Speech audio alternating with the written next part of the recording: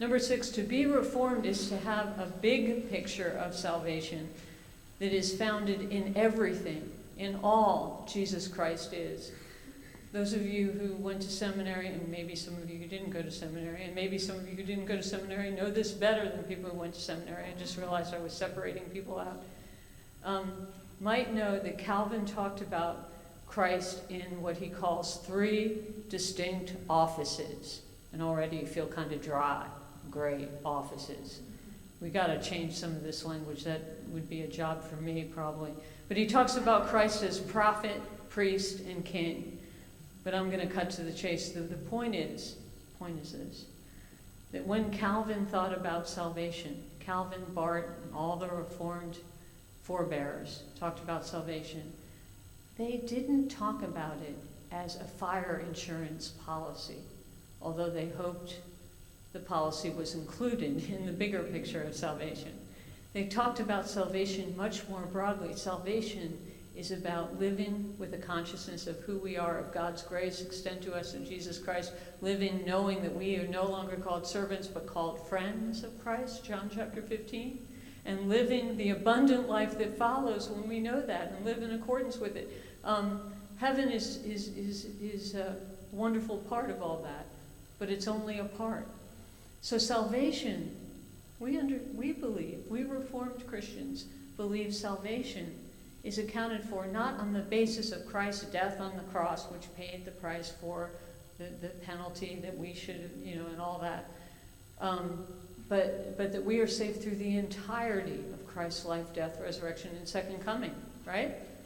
All of that is saving for us. All of that has implications. You can imagine right now I just want to talk about that because it frames everything else. It frames everything else, right? Christ's birth, life, death, resurrection, and even second coming. Why do we leave that to Tim LaHaye? That's our fault. Where are our books about the second coming and the rapture? Ooh, we're a little scared of that as Presbyterians. Maybe I should have put that on the list.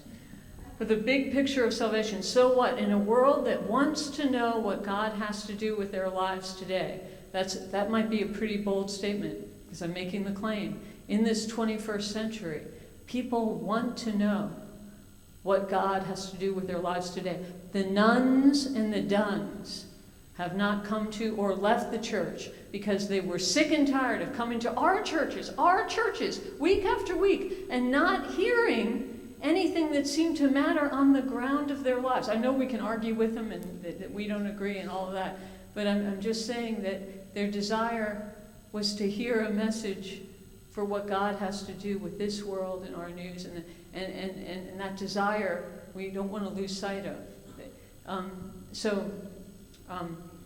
So a nun named Eric Weiner in 2011, December, had an article in the New York Times, Weiner, you can look it up if you want to, Eric Weiner. And he said, I'm tired of people thinking that nuns are atheists, N-O-N-E-S. Nuns aren't atheists. He said, I hope someday to believe in God. That's a direct quote.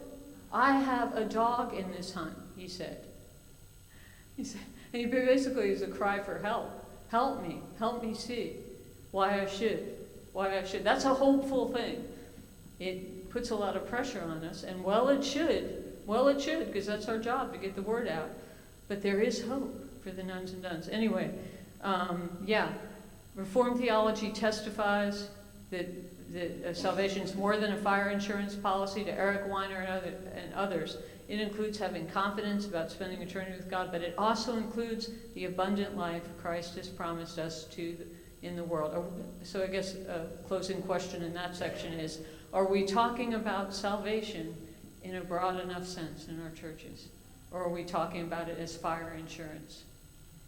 I know we think only Baptists talk about it as fire insurance, but just asking, right? Are we talking about it in a broad enough way?